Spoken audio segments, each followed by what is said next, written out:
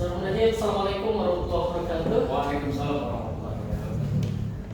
Sampai jumpa kembali di podcast Desa Bantarsari, adalah podcast kesayangan Anda.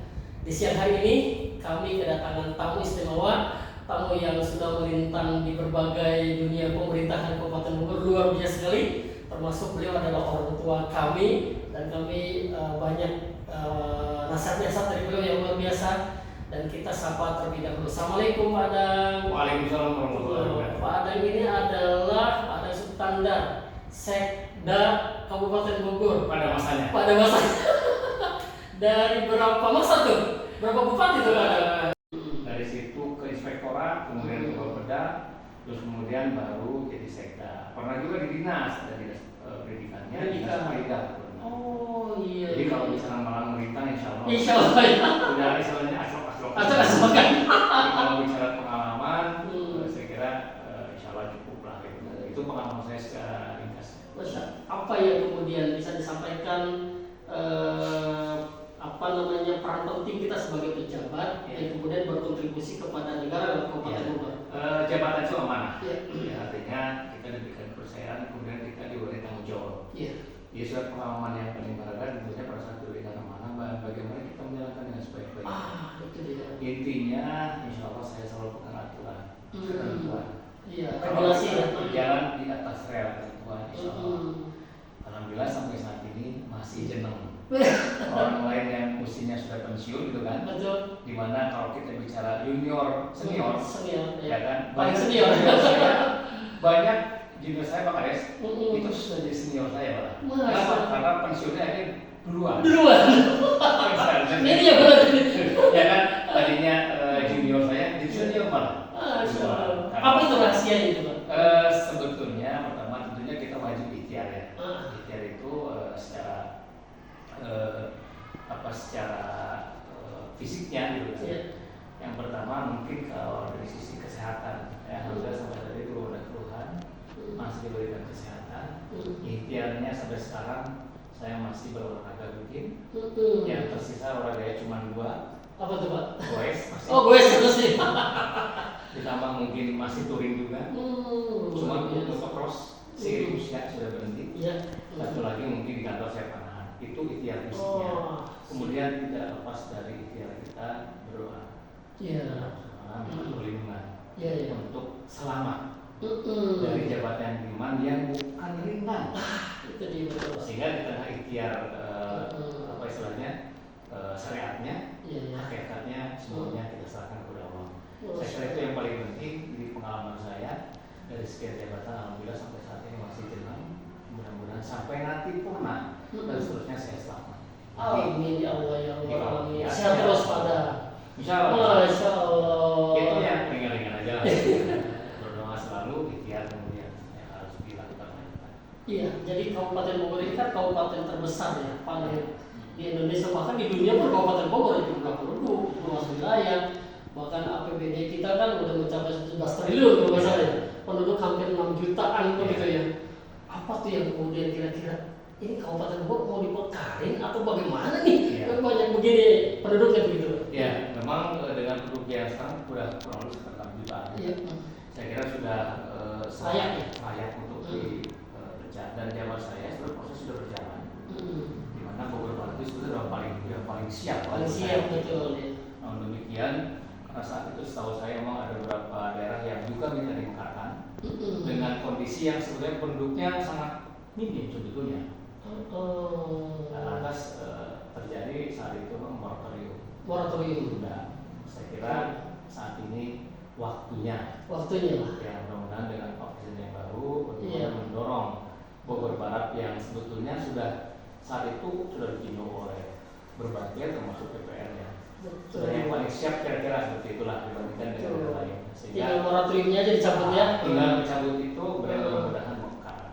Termasuk Bogor Timur ya maksudnya. Bogor Timur yang sudah dilaksanakan. Mudah-mudahan komitmen Pak Rudi yang saya baca di media, Pak Rudi terus kemudian calon-calon lainnya untuk mendorong pemekaran Bogor Barat dan Timur terwujud. Nah, sehingga ini mendekatkan pelayanan masyarakat terhadap kebutuhan-kebutuhan yang mereka harapkan dari pemerintah daerahnya. Saya kira kira itu yang saya harapkan dari pemekaran yang sekarang kelihatannya sudah mulai hangat-hangat lagi. Kemarin juga di komisi di komisi 2 diangkat lagi Pak. Dan berharap memang nanti siapapun yang menjadi bupatinya berharap Hmm. apa yang sudah diharapkan oleh masyarakat, terutama pendekatan pelayanan, itu dia. Pemecahan atau mengenang Bogor menjadi 2 atau 3 kabupaten. Sehingga percepatan pembangunan cepat juga Pak. Cepat. Karena kan kita dekat DKI juga ya Pak. Betul. Itu yang harus dimanfaatkan. Kita paling dekat. Nah, tinggal aja. Iya. Kemudian gini Pak, Kabupaten Bogor kan terdiri dari 416 desa. Artinya di Jawa Barat memang paling banyak begitu ya jumlah desanya gitu.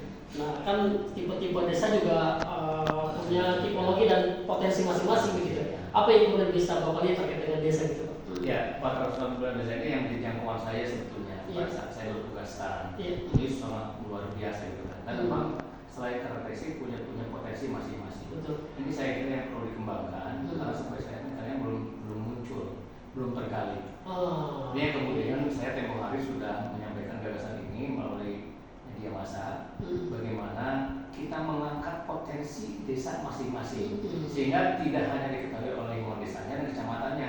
Bagaimana kita bisa keluar? Iya. Bahkan go internasional gitu ya.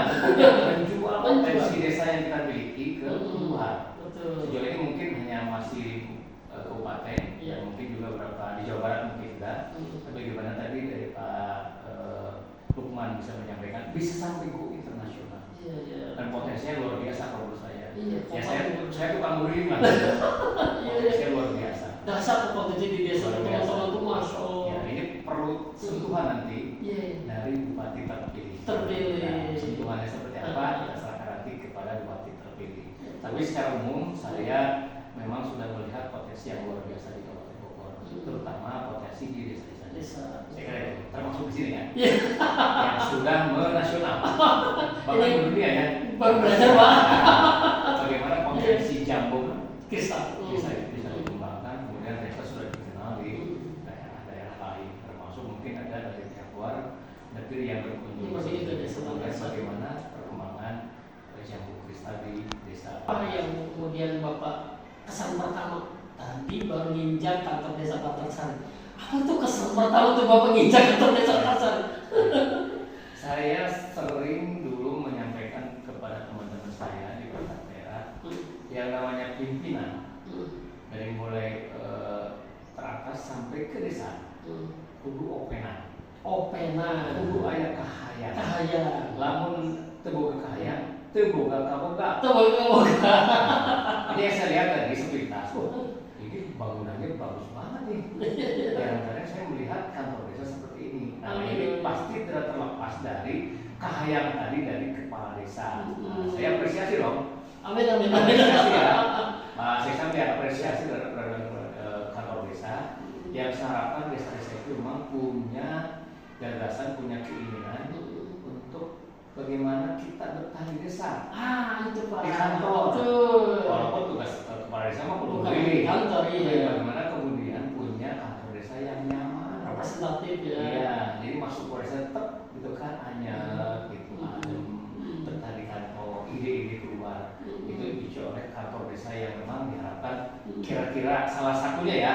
Nah, saya musyawarah 419 desa tidak semua tuh. Ada di desa-desa yang hebat ya, tapi salah satunya seperti ini representatif buat olahraganya ada buat misalnya olah rohani juga olah pikir juga ada. Jadi semuanya lengkap gitu. Nah ini barangkali yang saya tangkap kesan pertama saya masuk ke kantor desa Bantarsari gitu. Terakhir Pak, apa pesan buat kami nih yang ada di desa Bantarsari dan teman-teman desa yang lainnya? Yang pertama tentu untuk perangkat desa, karena tugas saya sekarang di pengawasan, tentunya kita perdomani semua aturan. Tentunya berangkat dari makin kesini desa makin besar nih uangnya betul Pak. Dananya, sehingga bagaimana uang itu betul-betul semaksimal mungkin dimanfaatkan untuk kesejahteraan masyarakat di desanya masing-masing.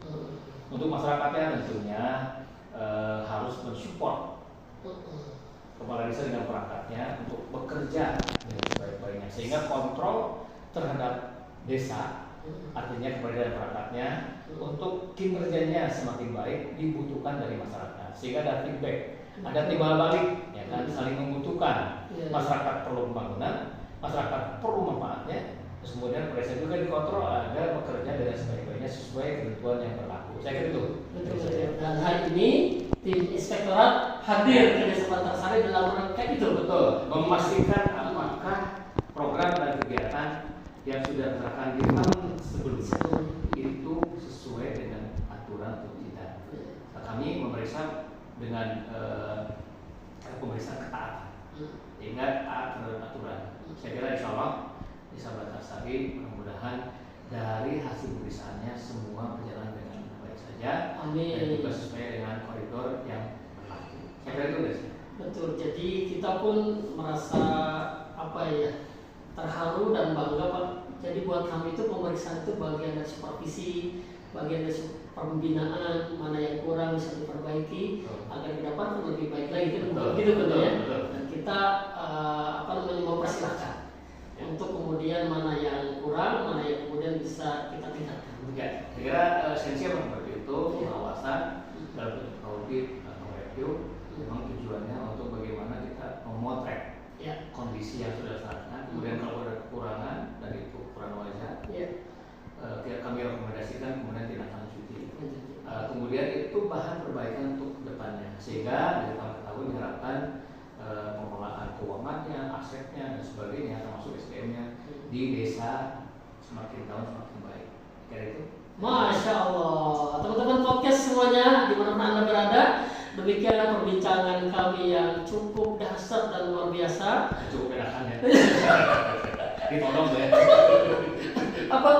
Tahu apa namanya? Tahu bulat. Tahu bulat itu Pak dadakan. Tapi luar biasa, dadakan tapi memberi inspirasi dan motivasi untuk kami para generasi muda nih Pak. Kan masih muda nih Pak. Untuk bekerja lebih baik lagi, untuk berkarya lebih dahsyat lagi, karena saya selalu mengatakan jadilah kita pemain, bukan penonton. Bekerja dengan baik untuk Indonesia dari desa. Dari desa untuk Indonesia. Assalamualaikum warahmatullahi wabarakatuh. Waalaikumsalam warahmatullahi wabarakatuh. Atur nuhun pada ngasih nuhun pisan ya.